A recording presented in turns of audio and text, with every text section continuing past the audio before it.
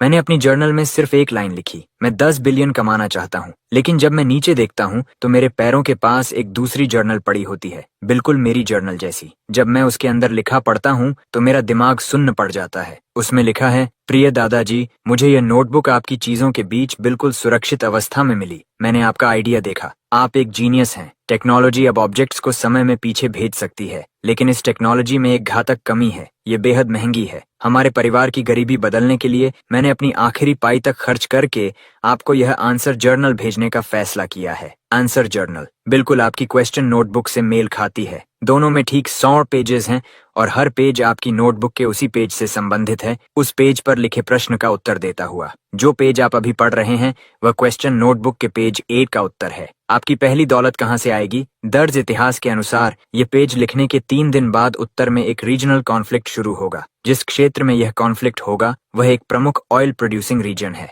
इसलिए international oil prices आज के 30 प्रति बैरल से बढ़कर 21 दिनों में 150 प्रति बैरल तक पहुंच जाएंगी। इससे पैसा कैसे कमाना है ये मुझे आपको बताने की जरूरत नहीं है ना? एक आखिरी बात, चाहे कुछ भी हो, इस जर्नल में आगे मत देखना। तुम्हें पहले अपने नोटबुक में प्रश्न लिखना होगा और उसके बाद ही आंसर जर्नल का संबंधित पेज खोलना होगा। अगर तुम आगे के पेजेस देखोगे तो उसके बाद के सारे पेजेस हमेशा के लिए खाली हो जाएंगे और तुम्हें कभी कोई दूसरा उत्तर नहीं मिलेगा। इसे याद रखना, इसे याद रखना। मैं अपने सामने रखी दोनों जर्नल्स को घूरता रह गया। मेरा जबड़ा लगभग जमीन पर गिर चुका था। यह सदमा शब्दों से परे था। जो चीज तुम अपने दिल में रखते हो उसकी प्रतिध्वनि तुम्हें कहीं ना कहीं मिल ही जाती है। किसी ने वास्तव में मेरी इच्छा का उत्तर दिया था और भविष्य से एक जर्नल भेजी थी। ये पागलपन था। मैं तुरंत अपना फोन निकालता हूँ और इंटरनेशनल न्यूज देखने लगता हूँ। दुनिया पूरी तरह शांत है। युद्ध का सबसे छोटा संकेत भी कहीं नहीं है। हालांकि इंटरनेशनल क्रूड ऑयल प्राइसेस बिल्कुल जर्नल के अनुसार हैं, $30 प्रति बैरल। अगर जर्नल सही है और 21 दिनों में कीमत $150 तक पहुंचती है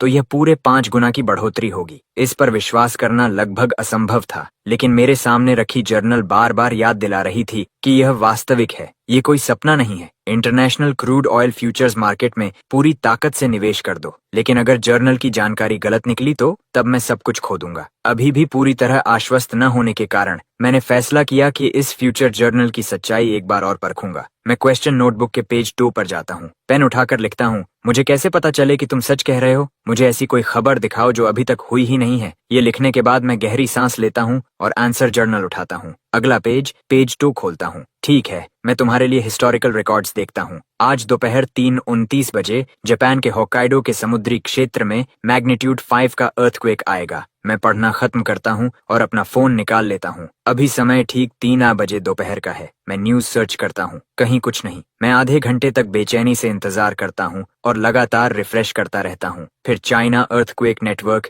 एक ब्रेकिंग अलर्ट जारी करता है। निर्धारित किया गया है कि आज दोपहर 3:29 बजे जापान के होक्काइडो के समुद्री क्षेत्र में मैग्नीट्यूड 5.9 का अर्थक्वेक आया। कोऑर्डिनेट्स 100 ईस्ट 25.8 नॉर्थ पर। मैंने जोर से अपनी मुट्ठी भींच ली। अर्थक्वेक सचमुच आया था। स्थान और समय दोनों पूरी तरह सटीक थे। वर्तमान टेक्नोलॉजी के साथ किसी अर्थक्वेक की इतनी पहले भविष्यवाणी करना असंभव है। ऐसा लग रहा था कि आंसर जर्नल वास्तव में मेरे भविष्य के वंशजों द्वारा समय में पीछे भेजी गई थी और इस जर्नल के आने के बावजूद इतिहास जरा भी नहीं बदला था। सब कुछ ठीक उसी तरह आगे बढ़ रहा था जैसा होना था। यह मेरे लिए सबसे अच्छी खबर थी। इतिहास नहीं बदला था, जिसका मतलब था कि जर्नल में भविष्य के बारे में दी गई जानकारी सही थी। 3 दिनों में उत्तर में वास्तव में युद्ध शुरू होगा और इंटरनेशनल क्रूड ऑयल फ्यूचर्स $300 से बढ़कर $150 तक पहुंच जाएंगी। अब योजना बनाने की बारी थी। 21 दिनों की अवधि में मेरी पूंजी 5 गुना हो सकती है। अगर लेवरेज जोड़ दिया जाए तो मुनाफे की कोई सीमा नहीं रहेगी, लेकिन यह सब करने के लिए अच्छी खासी शुरुआती पूंजी चाहिए। सौभाग्य से मैंने 3 साल पहले कॉलेज से ग्रेजुएशन की थी। मैंने खुद बहुत पैसा नहीं कमाया था, लेकिन मेरा परिवार संपन्न था। मेरे माता पिता ने रंजन में मेरे लिए एक अपार्टमेंट और एक कार खरीदी थी। अब जब मेरे पास भविष्य की इनसाइडर इन्फॉर्मेशन थी जिससे मैं अपने रिटर्न्स को अधिकतम कर सकता था, तो जाहिर है कि मैं पूरा दांव लगाने वाला था। जहां तक इन्वेस्टमेंट के लिए परिवार से पैसे मांगने की बात थी, मैंने इसके खिलाफ फैसला किया। फ्यूचर जर्नल का रहस्य मैं किसी को बताने वाला नहीं था। अगर मैं अचानक अपने परिवार से इंटरनेशनल फ्यूचर्स ट्रेड करने के लिए पैसे मांगता तो वे शायद सोचते कि मैं किसी स्कैम का शिकार हो गया हूँ। न सिर्फ मुझे पैसे नहीं मिलते, बल्कि वे मेरी कार और अपार्टमेंट पर भी रोक लगा सकते थे। और अगर मैं यह इन्वेस्टमेंट विंडो खो देता तो जर्नल की जानकारी पूरी तरह बेकार हो जाती। कौन जानता है कि दौलत बनाने का अगला मौका कब मिलेगा। मन बना लेने के बाद मैं तुरंत एक्शन लेता हूँ बैंक से कांटेक्ट करता हूँ और अपनी अपार्टमेंट और कार को तुरंत कोलैटरल के तौर पर रखने की कोशिश करता हूँ। कई कॉल्स के बाद जो जवाब मिलता है वह बिल्कुल संतोषजनक नहीं होता। मार्केट वैल्यू के हिसाब से मेरी अपार्टमेंट और कार की कीमत लगभग 4.5 मिलियन युएन है, लेकिन मेरी कमजोर रीपेमेंट कैपेसिटी को देखते हुए बैंक उन एसेट्स के बदले केवल 3 मिलियन ही देने को तैयार है और अप्रूवल प्रोसेस में कम से कम 1 हफ्ता लगेगा। मेरे लिए इस समय टाइम ही मनी है। बैंक लोन साफ तौर पर काम नहीं आने वाला, इसलिए सबसे आसान और सीधा विकल्प है अपार्टमेंट और कार दोनों को बेच देना। मनी बोलता है और रियल एस्टेट एजेंट्स तेजी से काम करते हैं। अगले ही दिन अपार्टमेंट और कार दोनों के बायर्स मिल जाते हैं। कुल 4.5 मिलियन वैल्यू वाले एसेट्स 4 मिलियन कैश में बिक जाते हैं और पैसा तुरंत मेरे अकाउंट में आ जाता है। क्योंकि मुझे पैसों की सख्त जरूरत है, इसलिए प्राइस थोड़ा कम रखना पड़ता है, लेकिन मुझे बिल्कुल फर्क नहीं पड़ता क्योंकि मैं जानता हूँ कि ये 4 मिलियन सिर्फ एक छोटा सा लीवर है। मुझे एक फुलक्रम दे दो और मैं पूरी दुनिया को हिला सकता हूँ, एक मिरेकल क्रिएट कर सकता हूँ। जैसे ही मैं बायर के साथ अग्रीमेंट साइन कर रहा होता हूँ, मेरा फोन अचानक बज उठता है। मैं कॉल उठाता हूँ और दूसरी तरफ से मेरी गर्लफ्रेंड सिरीना की मीठी और फ्लर्टी वॉइस सुनाई देती है। बेब, क्या कर रहे हो? मैं फोन को ठोड़ी के नीचे दबाकर सेल कॉन्ट्रैक्ट साइन करते हुए कहता हूँ, मैं अभी थोड़ा बिजी हूँ। क्या हुआ बेब?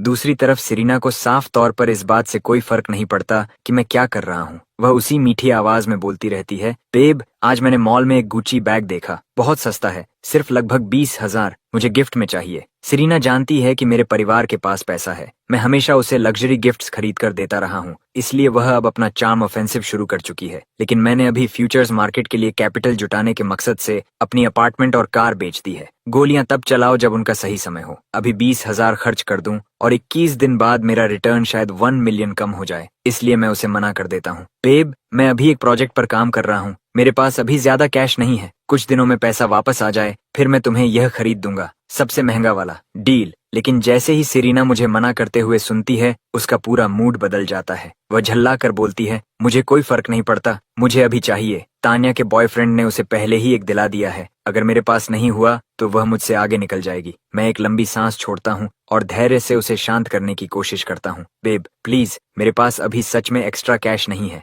जैसे ही फंड्स आ जाएंगे मैं तुरंत तुम्हारे लिए खरीद दूंगा, ठीक है? नहीं, तुम्हारे पास पैसा है और तुम बस मुझ पर खर्च नहीं करना चाहते। चीप केट, मैं तुमसे बात नहीं करना चाहती। और इतना कहकर सिरीना गुस्से में फोन काट देती है, मुझे सफाई देने का मौका तक नहीं देती। मैं अजीब सी मुस्कान के साथ सिर हिलाता हूँ और खुद भी हल्की सी झुंझलाहट महसूस करता हूँ। गर्लफ्रेंड के रूप में सिरीना हर बॉक्स टिक करती है, गौरी स्किन, खूबसूरत फेस और लंबी टांगे। कॉलेज के दिनों में उसके पीछे लड़कों की कभी कमी नहीं रही। आखिरकार मेरी लुक्स और मेरे परिवार की वेल्थ ने उसका दिल जीत लिया था। हम दोनों को साथ हुए अब 3 या 4 साल हो चुके हैं, लगभग एंगेजमेंट वाली स्टेज तक पहुंच चुके हैं। लेकिन सिरीना में एक कमी है, वह बहुत ज्यादा वेन है, कंपटीशन पसंद करती है और हर तरह के लग्जरी ब्रांड की दीवानी है। हमेशा मुझसे महंगे गिफ्ट्स की उम्मीद रखती है। अगर मेरा परिवार अमीर ना होता तो मैं कभी उसका साथ नहीं निभा पाता। एक बार मैं इस ऑयल फ्यूचर्स वेव से फायदा उठा लूं, फिर उसे जो भी बैग चाहिए होगा मैं खरीद दूंगा। अपने आप से कुछ शब्द बड़बड़ाते हुए मैं आखिरकार कॉन्ट्रैक्ट साइन कर देता हूँ। ज्यादा देर नहीं गुजरती कि मेरे फोन पर नोटिफिकेशन आता है। मैसेज कंफर्म करता है, सेल से प्राप्त 4 मिलियन कैश डिपॉजिट कर दिए गए हैं। ये पहले से ही बहुत बड़ी रकम है, लेकिन यह अपॉर्चुनिटी जिंदगी में सिर्फ एक बार आने वाली है। जितना हो सके उतनी तैयारी रखना बेहतर है। रुको डेवन, उसने जो पैसा मुझसे उधार लिया था वह पहले वापस लेना चाहिए। अगर बाद में उसे जरूरत हुई तो मैं फिर से उसे लोन दे सकता हूँ। डेवन का ख्याल अचानक मेरे दिमाग में आता है और मेरी आंखें चमक उठती हैं। मैं फोन निकालकर उसे वीडियो कॉल करता हूँ। डेवन मेरा बचपन का दोस्त है। हम दोनों ने मिडिल स्कूल और हाई स्कूल साथ में पढ़ा था, लेकिन डेवन के ग्रेड्स काफी खराब थे और वह कभी कॉलेज नहीं जा पाया, इसलिए उसने जल्दी ही वर्कफोर्स ज्वाइन कर ली। मेरी तुलना में डेवन के परिवार की आर्थिक स्थिति बहुत खराब थी, इसलिए जब भी हम डिनर के लिए बाहर जाते या क्लब्स में जाते, बिल हमेशा मैं ही पे करता था। कभी कभी जब डेवन के पास कैश कम होता तो मैं उसे अपने पैसे उधार दे देता था। हालांकि हर बार लोन ज्यादा नहीं होता था, सिर्फ 3,000 से 5,000 के बीच, लेकिन सालों में जोड़ने पर वह रकम 100,000 से भी ज्यादा हो चुकी थी। वीडियो कॉल जल्दी कनेक्ट हो जाती है। स्क्रीन पर डेवन का चेहरा दिखाई देता है। वह बड़े उत्साह से मेरा स्वागत करता है। रे, क्या हाल है? आज रात ड्रिंक्स के लिए ले जा रहे हो क्या? मैं मुस्कुराकर कहता हूँ, आज मेरा कुछ काम है, ड्रिंक्स फिर कभी। मैं इसलिए कॉल कर रहा हूँ क्योंकि मुझे तुमसे पूछना है, क्या तुम मेरा उधार लौट सकते हो? डेवन ठिठक जाता है। उसके चेहरे पर साफ झुंझलाहट दिखाई देती है। उसका लहजा सख्त हो जाता है। उधार लौटाऊं? क्यों लौटाऊं? उसके ये सीधे शब्द सुनकर मुझे अविश्वास में लगभग हंसी आ जाती है। कर्ज लिया है तो लौटाना पड़ता है। दुनिया ऐसे ही चलती है। तुमने मेरा पैसा उधार लिया था और मैं उसे वापस मांग रहा हूँ। इसमें समस्या क्या है? उसका चेहरा देखकर तो ऐसा लगता है जैसे पैसा मैंने उससे उधार लिया हो। मैं परेशान हो जाता हूँ, लेकिन अच्छे संस्कार मुझे फट पड़ने से रोकते हैं और सालों की दोस्ती मुझे सीधे टकराव से बचाती है। इसीलिए मैं धैर्य बनाए रखता हूँ। देखो यार, मैं एक प्रोजेक्ट पर काम कर रहा हूँ और मुझे सच में पैसों की जरूरत है। मैंने अभी हमारी मैसेज हिस्ट्री देखी। सिर्फ पिछले लगभग 1 साल में ही तुम मुझसे 100,000 से ज्यादा उधार ले चुके हो। ऐसा करते हैं, बाकी छुट्टा छोड़ देता हूँ, बस 100,000 लौटा दो, ठीक है? जो चेंज मैं छोड़ रहा हूँ वह वास्तव में बिल्कुल छोटी रकम नहीं है, लगभग 10,000 के करीब है। मुझे लगता है कि मैं जरूरत से ज्यादा उदारता दिखा रहा हूँ, लेकिन डेवन तुरंत जवाब देता है। उसकी आवाज ठंडी हो जाती है। रे, कम ऑन, ये ठीक नहीं है। तुम्हारा परिवार अमीर है, कोई दिक्कत आई है और उनसे मांगने की बजाय तुम मेरे जैसे गरीब आदमी के पीछे पड़े हो। ये काफी गलत है। मैं गुस्से से लगभग हंस पड़ता हूँ। उसकी बात की बेतुकापन मेरे गुस्से को ठंडा करके कुछ और ही बना देता है। मैं कहता हूँ, मेरे परिवार का बिजनेस भी मुश्किल दौर से गुजर रहा है। वे मेरी मदद नहीं कर सकते। देखो, पैसा जुटाने के लिए मैंने अपनी अपार्टमेंट और कार तक बेच दी है। मैं फोन घुमाकर अपार्टमेंट की तरफ कैमरा कर देता हूँ। वहाँ क्लीनिंग क्रू और मूवर्स काम में लगे हुए हैं। कोई भी देखकर समझ सकता है कि यह जगह जल्द ही किसी और की होने वाली है। यह देखकर डेवन की आवाज कई स्वर ऊपर चढ़ जाती है। तुमने सच में अपार्टमेंट और कार दोनों बेच दी? फिर वह बोल पड़ता है, तो अब मैं लड़कियों से मिलने बाहर जाऊंगा तो किस कार में जाऊंगा? शायद उसे खुद भी एहसास हो जाता है कि यह कितना बेहुदा लग रहा है। डेवन रुकता है और उसके चेहरे पर मुश्किल से छिपाई गई खुशी उभर आती है। रे, क्या तुम बैंकरप्ट हो गए हो? मैं ना इसकी पुष्टि करता हूँ ना इनकार। बस स्क्रीन पर डेवन को देखते हुए कहता हूँ, तुम खुद देख सकते हो, मुझे पैसों की सख्त जरूरत है। क्या तुम अभी वह 100,000 लौटा सकते हो? लेकिन डेवन पहले से भी ज्यादा अड़ जाता है। वह अधीर होकर कहता है, रे, तुमने अपार्टमेंट बेच दी है? साफ है कि तुम कंगाल हो चुके हो। मेरे 100,000 तुम्हारी समस्याओं के सामने बाल्टी में एक बूंद जैसे हैं। तुम्हें लौटाकर उन्हें बर्बाद करने से अच्छा है कि मैं उन्हें अपने पास ही रखूं। एक गरीब आदमी की मदद समझ लो। इतने सालों से हम लगभग भाई जैसे हैं। बस बहुत हुआ, दोबारा मत मांगना। मैं निश्चित रूप से पैसा वापस नहीं करूंगा। बाय। और फिर क्लिक। डेवन बिना किसी झिझक के कॉल काट देता है। मैं वहीं खड़ा रह जाता हूँ, पूरी तरह स्तब्ध। कोई इतना बेशर्म कैसे हो सकता है? जिसने पैसा उधार लिया वही ऐसा व्यवहार कर रहा है जैसे मुझ पर एहसान कर रहा हो, और जिसने उधार दिया वही गिड़गिड़ाने की स्थिति में पहुंच गया। ये कैसी दुनिया है? इस समय मुझे गुस्सा भी नहीं आ रहा। सब कुछ इतना बेतुका और अवास्तविक लग रहा है। मैंने कभी नहीं सोचा था कि डेवन के दिमाग में सालों की दोस्ती 100,000 के सामने टिक भी नहीं पाएगी। मैं लगभग उसके सोचने का तरीका समझ सकता हूँ। अब जबकि मैं बैंकरप्ट दिखाई दे रहा हूँ, मैं कभी भी वह आदमी नहीं रहूंगा जो डिनर्स और ड्रिंक्स का बिल भरता था, क्लब्स में जाकर लड़कियां पटाने में पैसे उड़ाता था या उसे और पैसा उधार देता था। मेरा गरीब वर्जन उसके किसी काम का नहीं है। इसलिए डेवन की नजर में मेरी सारी वैल्यू खत्म हो चुकी है। उसने इतनी आसानी से रिश्ता तोड़ दिया, यहाँ तक कि पुल भी जला दिया, और उसकी लॉजिक में ये पूरी तरह समझदारी भरा कदम है। आखिर इस दुनिया में किसी को दिया हुआ उधार वापस पाना लगभग नामुमकिन होता है, नहीं तो इतने सारे डेडबीट्स क्यों होते? और ऊपर से मैंने डेवन को जितने भी लोन दिए थे लगभग सभी डिजिटल ट्रांसफर थे, एक भी रिटर्न आईओयू नहीं। लेकिन डेवन ये नहीं जानता कि मैं बिल्कुल बैंकरप्ट नहीं हूँ। मैं सिर्फ जितना हो सके उतना कैपिटल जुटा रहा हूँ ताकि अपने गेन्स को मैक्सिमम कर सकूं। 1 महीने बाद जब मैं इस ऑयल फ्यूचर्स रन से कैश आउट करूंगा, तब डेवन के चेहरे का भाव देखने लायक होगा। उस समय मैं कोई खर्च नहीं बचाऊंगा, सबसे अच्छा लॉयर हायर करूंगा और डेवन को कोर्ट तक घसीटकर हर एक सेंट वापस निकलवाऊंगा। अगर क्रूल्टी का जवाब काइंडनेस से दिया जाए तो काइंडनेस का जवाब किससे दिया जाना चाहिए? काइंडनेस का जवाब काइंडनेस से,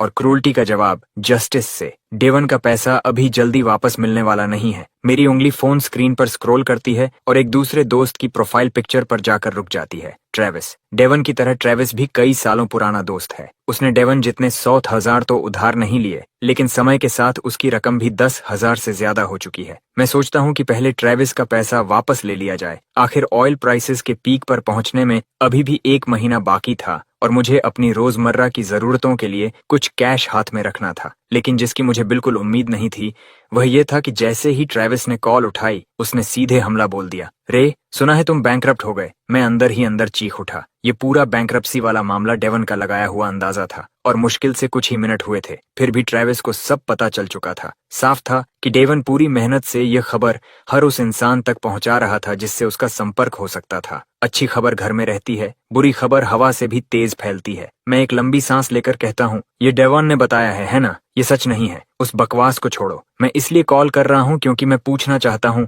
क्या तुम वो 10,000 से ज्यादा वाला पैसा लौटा सकते हो जो तुमने मुझसे उधार लिया था? मुझे उसकी बहुत जरूरत है। दूसरी तरफ से ट्रेविस ऐसे जवाब देता है जैसे उसे पहले से सब पता हो। रे, मैं तो इस महीने अपना क्रेडिट कार्ड बिल भी नहीं चुका पाया हूँ। सच कहूँ तो मैं खुद अभी तुम्हें कॉल करके मदद मांगने वाला था। ये सुनते ही मेरा दिल बैठ जाता है। मैं समझ जाता हूँ कि ट्रेविस पहले ही तय कर चुका है कि मैं बैंकरप्ट हो चुका हूँ और वह उन 10,000 को हमेशा के लिए राइट ऑफ करने वाला है। एक शब्द भी और बर्बाद किए बिना मैं कॉल काट देता हूँ। दुनिया ठंडी हो चुकी है और लॉयल्टी मर चुकी है। मैं भीतर ही भीतर गुस्से से उबलता हूँ। अगर मैं भविष्य में कभी किसी को पैसा उधार दूं तो मैं ही मूर्ख हूँ। बस इंतजार करो। अभी मेरे पास तुम लोगों से निपटने की एनर्जी नहीं है, लेकिन जैसे ही मैं इस ऑयल फ्यूचर्स प्ले को पूरा कर लूंगा, तुम लोग मेरा हर एक सेंट वापस करोगे, वह भी इंटरेस्ट के साथ। ये समझते हुए कि अब किसी और को कॉल करना बेकार है, मैं और कैपिटल जुटाने का विचार छोड़ देता हूँ। इसके बजाय जो पैसा मेरे पास है उसी से ऑयल फ्यूचर्स ट्रेडिंग शुरू कर देता हूँ। मैं ओवरसीज ट्रेडिंग ऐप खोलता हूँ और क्रूड ऑयल फ्यूचर्स इंटरफेस में प्रवेश करता हूँ। क्योंकि अभी वॉर शुरू नहीं हुई थी, पूरी दुनिया पूरी तरह शांत थी। क्रूड ऑयल प्राइसेस बिल्कुल स्थिर थीं,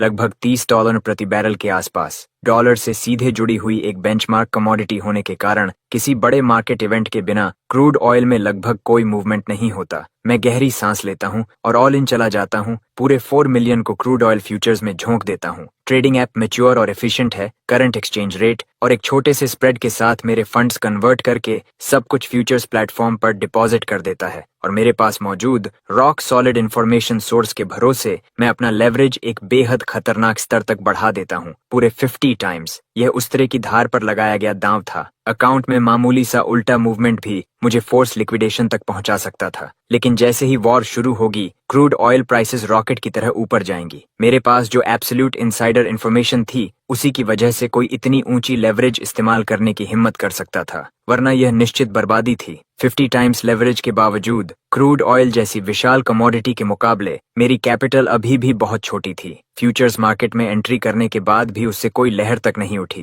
प्राइसेस पहले की तरह स्थिर रहीं। अब मुझे सिर्फ इंतजार करना था, इंतजार की वॉर अगले दिन शुरू हो और 21 दिनों बाद क्रूड ऑयल $150 प्रति बैरल तक पहुंच जाए। तब मेरा प्रिंसिपल 50 टाइम्स लेवरेज के साथ कई गुना बढ़ जाएगा। एक महीने में मेरे 4 मिलियन 1 बिलियन बन जाएंगे। हालांकि मैं यह गणित 1000 बार कर चुका था, फिर भी यह संख्या मेरा सिर घुमा देती थी। अब सब कुछ तैयार था, सिर्फ एक चिंगारी की कमी थी। 21 दिन बाद हार्वेस्ट टाइम आने वाला था। उत्साह से धड़कते दिल के साथ मैं बिना कपड़े बदले ही बिस्तर पर लेट जाता हूँ, आंखें बंद कर लेता हूँ और चुपचाप वॉर शुरू होने का इंतजार करता हूँ। अगले दिन सुबह 4 बजे इंटरनेशनल ब्रेकिंग न्यूज अलर्ट दुनिया की हर स्क्रीन पर छा जाती है। सिर्फ 1 घंटे के भीतर इंटरनेशनल क्रूड ऑयल फ्यूचर्स $30 प्रति बैरल से बढ़कर $29 पर पहुंच जाते हैं। एक ही झटके में 30% की छलांग, और मेरे 4 मिलियन इस पहली छोटी वेव पर 50 टाइम्स लेवरेज के साथ सवार होकर पहले ही मुझे पूरे 60 मिलियन का प्रॉफिट दे चुके थे। उन नंबर्स को देखते हुए मेरी सांसें तेज हो जाती हैं। ये असली पैसा था, इतनी वेल्थ जितनी अधिकांश लोग पूरी जिंदगी में नहीं कमा पाते, और मैंने इसे सिर्फ 1 घंटे में कमा लिया था। ओवरनाइट रिच होना भी इस स्थिति को सही तरह से बयान नहीं कर सकता। अगर मैं इसी पल अपने फ्यूचर्स सेल कर दूं तो 60 मिलियन प्रॉफिट लेकर निकल सकता हूं, लेकिन मैं इतना मूर्ख नहीं हूं। जर्नल ने पहले ही बता दिया था कि यह रैली सिर्फ शुरुआत है, असली मैडनेस अभी बाकी है। पूरे 21 दिनों तक, जब तक क्रूड ऑयल अपने एब्सोल्यूट पीक पर नहीं पहुंच जाता, मैं तभी सेल करूंगा और कैश आउट करूंगा। इस समय मुझे ऐसा लग रहा था जैसे मैं एक विशाल वेव पर सवार हूं जो अभी भी ऊंची होती जा रही है, और जब तक मैं सही पोजीशन में बना रहता हूं, ये वेव मुझे बिना किसी प्रयास के उन ऊंचाइयों तक ले जाएगी जहां कोई और नहीं पहुंच सकता। जैसे जैसे वॉर की आग और भड़कती जाती है, क्रूड ऑयल फ्यूचर्स लगातार ऊपर चढ़ते रहते हैं। जब तक यह रीजनल कॉन्फ्लिक्ट रुकने के कोई संकेत नहीं देता, रैली जारी रहने वाली है। 39.6, 40.2, 40.7। वृद्धि की गति थोड़ी धीमी पड़ जाती है, लेकिन कर्व अब भी रॉक सॉलिड है, सीधा ऊपर की ओर इशारा करता हुआ। मेरी फ्यूचर्स होल्डिंग्स की वैल्यू लगातार बढ़ती रहती है, और जो फॉर्च्यून में कैश आउट कर सकता हूँ वह हर मिनट बढ़ता जाता है। नहीं, रुक जाओ, मैं इस तरह लगातार एक्साइटेड नहीं रह सकता। अगर पैसा आने से पहले ही मेरा शरीर जवाब दे दे तो फिर इस सब का कोई मतलब नहीं रहेगा। मैं खुद को मजबूर करके फ्यूचर्स ट्रेडिंग स्क्रीन बंद करता हूँ, गहरी सांस लेता हूँ और धीरे धीरे अपने तेजी से धड़कते दिल को नियंत्रण में लाता हूँ। ये रैली 21 दिनों तक चलने वाली है। ऐसा कोई तरीका नहीं कि मैं इसे हर सेकंड देखता रहूं। और अब जबकि पहली सर्ज मेरे अकाउंट को फोर्स लिक्विडेशन के डेंजर जोन से काफी ऊपर ले जा चुकी है, मैं जर्नल पर बिना किसी शर्त के भरोसा करने का फैसला करता हूं। रियल टाइम में टिकर देखना बंद, बस समय समय पर चेक करूंगा ताकि मुझे पता रहे कि स्थिति कहां तक पहुंची है। नसें इतनी तनाव में थीं कि समय तेजी से बीत गया। देखते ही देखते दिन का ज्यादातर हिस्सा निकल गया। अब दोपहर हो चुकी है। अपार्टमेंट नए ओनर को सौंपने का समय आ गया है। मेरे बैग्स काफी पहले से पैक हो चुके हैं। मैं एक बड़ा सूटकेस घसीटते हुए अपनी गर्लफ्रेंड सिरीना के फ्रंट डोर तक पहुंचता हूं। अपने पेरेंट्स के घर वापस जाना कोई विकल्प नहीं है। आखिर अपार्टमेंट और कार बेचने वाली बात मैं उन्हें बताने का इरादा नहीं रखता। इससे वे केवल परेशान और चिंतित होंगे और शायद अतिरिक्त कॉम्प्लिकेशंस भी पैदा हो जाएंगी। फ्यूचर से मिला आंसर। जर्नल ऐसी चीज है जिसे मैं किसी को भी नहीं बताने वाला। इसलिए प्लान ये है कि कुछ दिनों के लिए सिरीना के यहाँ रुकूं और 21 दिनों बाद रिटर्न आने पर हमारे फ्यूचर होम के लिए एक स्टैंड अलोन विला खरीदूं। मैं डोर नॉक करता हूँ। जब सिरीना मुझे एक विशाल सूटकेस के साथ खड़ा देखती है तो वह बिल्कुल भी हैरान नहीं होती। इसके बजाय उसके चेहरे पर ऐसा एक्सप्रेशन होता है जैसे वह पहले से सब जानती हो। उसे डोरवे ब्लॉक करते हुए और मुझे अंदर आने देने का जरा भी इरादा न रखते हुए देखकर मुझे पहले बोलना पड़ता है, बेब, मुझे कुछ दिनों के लिए यहाँ रहने दो। मैं 1 महीने में चला जाऊंगा। लेकिन सिरीना का एक्सप्रेशन बर्फ जैसा ठंडा हो जाता है। वह डोरवे में मजबूती से खड़ी रहती है। कुछ दिनों के लिए रहना? तुम्हारी अपनी अपार्टमेंट का क्या हुआ? तुम वहाँ क्यों नहीं रह रहे? रे सच बताओ, क्या तुम बैंकरप्ट हो? मैं इस बेतुकी बात पर लगभग घुट जाता हूँ। बैंकरप्ट? क्या मजाक कर रही हो? मैंने कार एक फ्यूचर्स ट्रेड को फंड करने के लिए बेची है। हर कोई कैसे सोच रहा है कि मैं बैंकरप्ट हूँ? ये जरूर डेवॉन ही होगा। वह जर्क, वह सच में सोचता है कि मैं टूट चुका हूँ। एक गिरे हुए ईगल को भी चिकन से कम सम्मान मिलता है। वह खुशी खुशी यह बात हर जगह फैला रहा है। अब तो मेरी अपनी गर्लफ्रेंड भी इस पर विश्वास कर चुकी है। उनमें से कोई नहीं जानता कि इतने कम समय में ही मेरे क्रूड ऑयल फ्यूचर्स मुझे 60 मिलियन से ज्यादा कमा चुके हैं। मुझे बस सिरीना को बता देना है और यह गलत फहमी तुरंत खत्म हो जाएगी। मेरे चेहरे पर मुस्कान आ जाती है और मैं समझाता हूँ, डेवन ने तुम्हें बताया कि मैं बैंकरप्ट हूँ? वह हद से बाहर जा रहा है। मैं बस अभी एक फ्यूचर्स प्रोजेक्ट पर काम कर रहा हूँ, लेकिन मैं अपनी बात पूरी भी नहीं कर पाता कि सिरीना मुझे बीच में ही रोक देती है। मुझसे झूठ बोलना बंद करो। डेवन ने मुझे सब बता दिया है। तुम बैंकरप्ट हो। तुमने हमारी अपार्टमेंट और हमारी कार बेच दी। अब समझ में आया कि मैंने $20,000 का बैग मांगा था और तुमने क्यों नहीं खरीदा। इतनी बड़ी बात, तुम बैंकरप्ट हो गए और मुझे बताया भी नहीं। क्या तुम मुझे शादी में फंसाकर अपने डेट्स चुकवाना चाहते थे ताकि मैं उन्हें पे करूं? Dream on. सिरीना के शब्द मेरी रियलिटी की पूरी समझ को तोड़ देते हैं। एक्सक्यूज मी, ये हमारी अपार्टमेंट कब से हो गई? वह अपार्टमेंट मेरे पेरेंट्स ने मेरे लिए खरीदी थी। हमारी अभी शादी भी नहीं हुई। उसका उससे कोई लेना देना नहीं है और मैं उसे शादी में फंसाकर डेट्स पे करवाना चाहता था। उसके जैसी किसी से शादी करना जो लग्जरी गुड्स पर हर महीने 100,000 से ज्यादा उड़ा देती है। अगर मैं बैंकरप्ट न भी होता तो वह मुझे बैंकरप्ट कर देती। मैंने सच में कभी कल्पना नहीं की थी कि जिस महिला के साथ मैं 3 या 4 साल से हूँ, जिससे मैं शादी करने वाला था, वह ऐसी निकलेगी। सिर्फ मेरे बैंकरप्ट होने की एक रूमर और एक हैंडबैग न खरीदने पर वह मुझे छोड़ने के लिए इतनी जल्दी तैयार हो जाएगी। कहते हैं कि लव किसी असली टेस्ट को झेल नहीं पाता, लेकिन मुझे सिरीना को टेस्ट करने का मौका भी नहीं मिला। वह खुद ही टूट गई। सिरीना बाहें मोड़कर खड़ी रहती है और मुझे परेशान होते हुए देखती है। उसके चेहरे पर एक कोल्ड स्मर्क है। देखा, तुम्हें पैनिक हो रहा है ना? थैंक गॉड डेवन ने मुझे समय रहते तुम्हारी बैंक्रप्सी के बारे में बता दिया। नहीं तो अगर तुम सच में मुझे शादी के लिए ट्रिक कर लेते तो मेरी पूरी लाइफ बर्बाद हो जाती। आज से मैं सिरीना तुम्हारे साथ किसी भी तरह से जुड़ी नहीं हूँ। मेरे डोर से दूर हो जाओ अभी। उसके आखिरी शब्द खत्म होने से पहले ही सिरीना अपार्टमेंट के अंदर चली जाती है और डोर जोर से बंद कर देती है। मैं बाहर खड़ा रह जाता हूँ, पूरी तरह जड़ हो चुका। 3 या 4 साल का लव एक पल में खत्म हो गया। सिर्फ एक बैंक्रप्सी रूमर और वह महिला जो मेरे साथ आइल तक चलने वाली थी, उसने मुझे छोड़ने में 1 सेकंड की भी देर नहीं की। और वे तथाकथित ब्रदर्स जिनके लिए मैंने सब कुछ दिया, उतनी ही तेजी से बदल गए, बेशर्मी से अपना उधार लौटाने से इनकार करते हुए। कुछ लोग तो स्क्रीन पर मेरा नाम देखते ही कॉल काट देते हैं। जब तुम गरीब होते हो कोई तुम्हें नहीं जानता। जब तुम अमीर होते हो अजनबी भी खुद को तुम्हारा परिवार बताते हैं। अगर मैं सच में बैंकरप्ट होता तो यह पल बेहद दर्दनाक होता, एक बर्बाद जिंदगी का शोक मनाने जैसा, जहां हर कोई मुझे छोड़कर चला गया हो। लेकिन मैं वास्तव में बैंकरप्ट नहीं हूँ। मैं सिर्फ गरीब नहीं हूँ, बल्कि सिर्फ एक ही दिन में मैं पहले ही 60 मिलियन से भी ज्यादा रिटर्न कमा चुका हूँ, शायद उससे भी ज्यादा। और 21 दिनों बाद मेरे जीवन की पहली सचमुच विशाल फॉर्चून मेरे हाथ में होगी। मैं जानता हूँ कि अगर मैं सिरीना को ईमानदारी से सब समझा दूं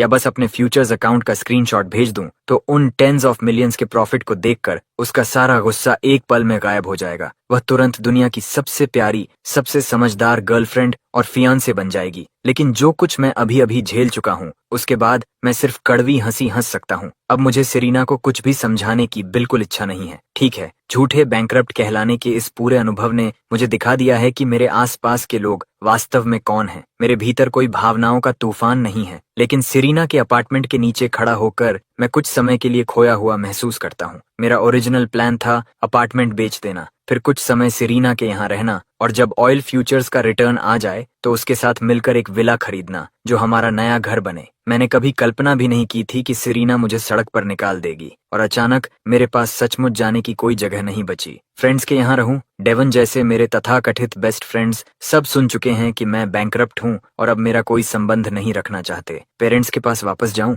अपार्टमेंट और कार बेचने की बात समझाना एक सिरदर्द होगा और उन्हें परेशान करने का कोई कारण भी नहीं है। सारे विकल्पों पर विचार करने के बाद फिलहाल होटल में चेक इन करना ही एकमात्र विकल्प बचता है। मैंने 4 मिलियन फ्यूचर्स मार्केट में डाल दिए हैं, लेकिन मेरे पास इमरजेंसी के लिए थोड़ी सेविंग्स अभी भी है। कम से कम मुझे सड़क पर तो नहीं सोना पड़ेगा। जैसे ही मैं होटल जाने के लिए राइड बुलाने वाला होता हूँ मेरा फोन बज उठता है। कॉलर नेम देखकर मैं ठिठक जाता हूँ। एलिज। वह कॉलेज में पूरे 4 साल मेरी क्लासमेट थी, शांत, रिजर्व्ड और हमेशा मोटे ब्लैक फ्रेम्ड ग्लासेस पहनने वाली। तब हमारी बहुत कम बातचीत होती थी। अब एलिज मुझे कॉल क्यों कर रही होगी? हैरान लेकिन उत्सुक होकर मैं कॉल उठाता हूँ और फोन कान से लगा लेता हूँ। तुरंत एलिज की आवाज सुनाई देती है जो चिंता से भरी हुई है। रे, तुम कहाँ हो? क्या तुम ठीक हो? उसकी आवाज पैनिक छिपा नहीं पाती। मैं उलझन में पड़ जाता हूँ लेकिन ईमानदारी से जवाब देता हूँ, मैं सिटी के वेस्ट साइड के एक नेबरहुड में हूँ। सब ठीक है। क्यों, क्या हुआ? कॉलेज में भी हमारे रास्ते मुश्किल से टकराते थे। ग्रेजुएशन के बाद तो हमारी बातचीत और भी कम हो गई थी। इसलिए एलिज का यह अचानक कॉल मुझे पूरी तरह चौंका देता है।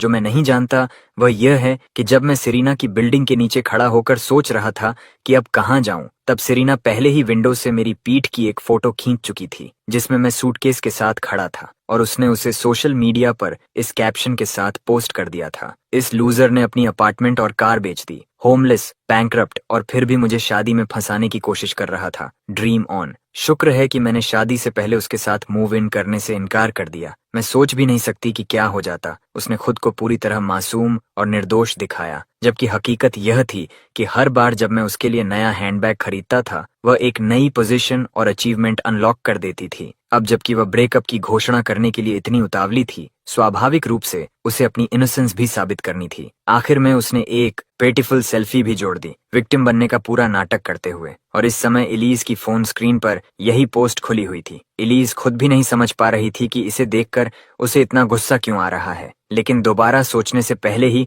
उसने अपना फोन उठाया और मुझे कॉल कर दिया। लेकिन अब जबकि कॉल कनेक्ट हो चुकी थी, पीछे हटने का कोई रास्ता नहीं था। उसने अपनी सारी हिम्मत जुटाई और कहा, रे, मैंने सुना कि तुम बैंक, मेरा मतलब है तुम मुश्किल समय से गुजर रहे हो। अगर तुम्हारे पास रहने की जगह नहीं है तो तुम मेरे साथ मूव इन कर सकते हो। हम रेंट स्प्लिट कर लेंगे। यह एक वाक्य बोलना जैसे एलिज की सारी ताकत निकाल लेता है। ये कहने के बाद वह फोन को कसकर अपनी छाती से लगा लेती है, फिर जल्दी से दूर कर लेती है, इस डर से कि कहीं मैं स्पीकर के माध्यम से उसके दिल की तेज धड़कन न सुन लूं। मैं एक पल के लिए चौंक जाता हूँ, फिर सब समझ में आ जाता है। एलिज ने जरूर बैंकरप्सी वाली रूमर सुन ली होगी। शायद उसे यह भी पता है कि सेरीना ने मुझे बाहर निकाल दिया है। वह चिंतित है कि मेरे पास रहने की कोई जगह नहीं है। शायद उसे यह डर भी है कि मैं कोई गलत कदम न उठा लूं, इसीलिए उसने मुझे रहने की जगह देने के लिए कॉल किया। किसने सोचा होगा कि मोटे ग्लासेस वाली वह साधारण सी जेन वास्तव में मेरी परवाह करती है, और इतनी ज्यादा परवाह करती है। मेरे होंठों पर हल्की सी मुस्कान आ जाती है। मैं वास्तव में बैंकरप्ट नहीं हूँ और मैं निश्चित रूप से कोई जल्दबाजी वाला कदम उठाने के बारे में भी नहीं सोच रहा हूँ, लेकिन यह अप्रत्याशित वार्मथ फिर भी सीधे मेरे दिल को छू जाती है। मैं मन ही मन फैसला कर लेता हूँ, ठीक है एलिज, सच कहूँ तो अभी मेरे पास जाने की कोई जगह नहीं है। मुझे कुछ दिनों के लिए तुम्हारे यहाँ रुकने दो। मेरा सीधा जवाब सुनकर एलिज के मुंह से एक हल्की सी ओ निकलती है जो आधी हैरानी और आधी खुशी से भरी होती है। वह जल्दी से कहती है, मैं कीरन टावर, बिल्डिंग सी, यूनिट 3101 में रहती हूँ। मैं तुम्हें डिटेल्स टेक्स्ट कर देती हूँ। कॉम्प्लेक्स पहुँचने पर मुझे कॉल करना, मैं नीचे आकर तुम्हें ले जाऊंगी। मैं मुस्कुराते हुए कॉल काट देता हूँ और सिर हिलाता हूँ। किसने सोचा था? जिन ब्रदर्स पर मैंने भरोसा किया और जिस औरत से मैंने प्यार किया, वे सब अविश्वसनीय निकले। और दूसरी तरफ वह फ्रेंड जिससे मेरा मुश्किल से संपर्क रहता था, वही सबसे जरूरी समय पर सामने आ गई। फिर भी मैं चुपचाप खुद को याद दिलाता हूँ कि अकेले रहने वाले आदमी को खुद की सुरक्षा का ध्यान रखना चाहिए। मैं एक कैब रोकता हूँ और सीधे किरण टावर की ओर निकल पड़ता हूँ। किरण टावर रंगचांग के बिल्कुल दिल में स्थित था। Top tier school district, top tier surroundings और स्वाभाविक रूप से प्रीमियम रियल एस्टेट प्राइसेस। उस अपार्टमेंट से भी कहीं ज्यादा महंगा जिसे मैंने अभी बेचा था। मैंने कभी उम्मीद नहीं की थी कि साधारण दिखने वाली एलिज इतनी अपस्केल कॉम्प्लेक्स में रहती होगी। टैक्सी एंट्रेंस पर पहुंचती है और गेट पर रोक दी जाती है। वुल ओवरकोट और व्हाइट ग्लव्स पहने एक सिक्योरिटी गार्ड आगे आता है, सल्यूट करता है और विनम्रता से कहता है, गुड आफ्टरनून सर, आप यहाँ के रेजिडेंट नहीं लगते। मैं आपकी क्या सहायता कर सकता हूँ? मैं जवाब देता हूँ, मैं एक फ्रेंड से मिलने आया हूँ, कुछ समय यहीं रहूंगा। वह बिल्डिंग सी यूनिट 3101 में रहती है। लास्ट नेम लिन है। गार्ड सिर हिलाता है और गार्ड हाउस ही से कॉल द्वारा कॉन्फर्मेशन करने के बाद फोन में कहता है, मिस एलिज, आपको नीचे आने की आवश्यकता नहीं है। हमारी प्रॉपर्टी टीम आपके फ्रेंड को सुरक्षित रूप से आपके डोर तक पहुंचा देगी। कृपया चिंता न करें। इसके बाद गार्ड मेरा बड़ा सूटकेस उठाता है, उसे एक 6 व्हील्ड शटल कार्ट पर रखता है और कहता है, सर कृपया बैठ जाइए, मैं आपको सीधे मिस एलिज के डोर तक ले चलता हूँ। मैं सिर हिलाकर कार्ट पर चढ़ जाता हूँ और कॉम्प्लेक्स के भीतर की ओर बढ़ता हूँ। मैं प्रभावित हुए बिना नहीं रह पाता। प्रॉपर्टी सर्विस का यह स्तर किसी एयरपोर्ट के वेरी इंपॉर्टेंट पर्सन लाउंज की बराबरी करता है। इस तरह की सर्विस केवल सबसे एक्सक्लूसिव रेजिडेंसेज में मिलती है और एलिज यहाँ रहती है। चाहे उसने ये जगह खरीदी हो या रेंट पर ली हो, यह ऐसी चीज नहीं है जिसे कोई साधारण व्यक्ति आसानी से अफोर्ड कर सके। एलिज के बारे में मेरी जिज्ञासा और बढ़ जाती है। कुछ ही देर में प्रॉपर्टी स्टाफ की एस्कॉर्ट के साथ मैं एलिज के डोर पर पहुंचकर नॉक करता हूँ। 2 नॉक होते ही डोर खुल जाता है। साफ है कि एलिज डोर के ठीक पीछे मेरा इंतजार कर रही थी। रे तुम आ गए। डोर के पीछे से झांकते उस छोटे से चेहरे को देखकर मैं ठिठक जाता हूँ। क्या यह एलिज है, वही दुबली पतली लड़की जो चंकी ग्लासेस पहना करती थी? मेरे सामने खड़ी महिला का चेहरा नाजुक ओवल शेप का था, जेड की तरह चमकता हुआ। पोर्सलन स्किन पर हल्की रोजी ग्लो थी। नाजुक फीचर्स, बिल्कुल तराशी हुई नोज और पूरे व्यक्तित्व से क्लासिकल ब्यूटी की एलिगेंस झलक रही थी। और उसकी नोज पर टिका हुआ रिमलेस ग्लासेस उसे स्वीट गुड गर्ल चार्म दे रहा था। क्या मैं सही अपार्टमेंट में आया हूँ? मेरी स्तब्ध नजर को पकड़ते ही एलिज के गाल तुरंत लाल हो जाते हैं। उसकी आवाज धीमी और नरम हो जाती है, अंदर आओ। मैं रियलिटी में लौटता हूँ, अंदर कदम रखता हूँ और चारों ओर नजर दौड़ाता हूँ। यह लॉफ्ट स्टाइल 2 बेडरूम अपार्टमेंट था जिसकी सीलिंग बहुत ऊंची थी। ऊपर से एक चमकदार क्रिस्टल शैंडलियर लटक रहा था और वेस्टर्न स्टाइल डेकोर पूरे घर में रिफाइंड लग्जरी बिखेर रहा था। लिविंग रूम के आगे एक विशाल फ्लोर टू सीलिंग विंडो थी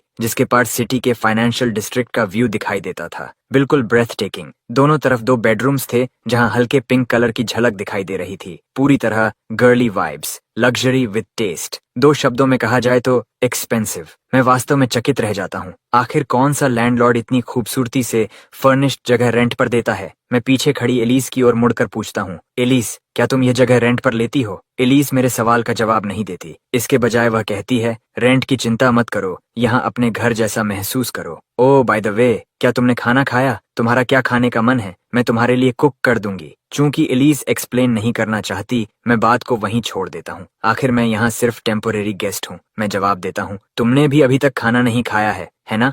रुको रुको दोस्तों, वीडियो देखकर बिना सब्सक्राइब किए मत जाओ यार। अगर इस स्टोरी का पार्ट 2 चाहिए तो इस वीडियो पर 10 लाइक्स और 50 कमेंट्स कंप्लीट कर दो। और अगर आप मुझे सपोर्ट करना चाहते हो तो इस क्यूआर कोड पर 10 रुपए या 20 रुपए भेजकर मेरी हेल्प कर सकते हो। आपका हर सपोर्ट मुझे और अच्छी वीडियोस बनाने के लिए मोटिवेट करता है। सब्सक्राइब करना मत भूलना।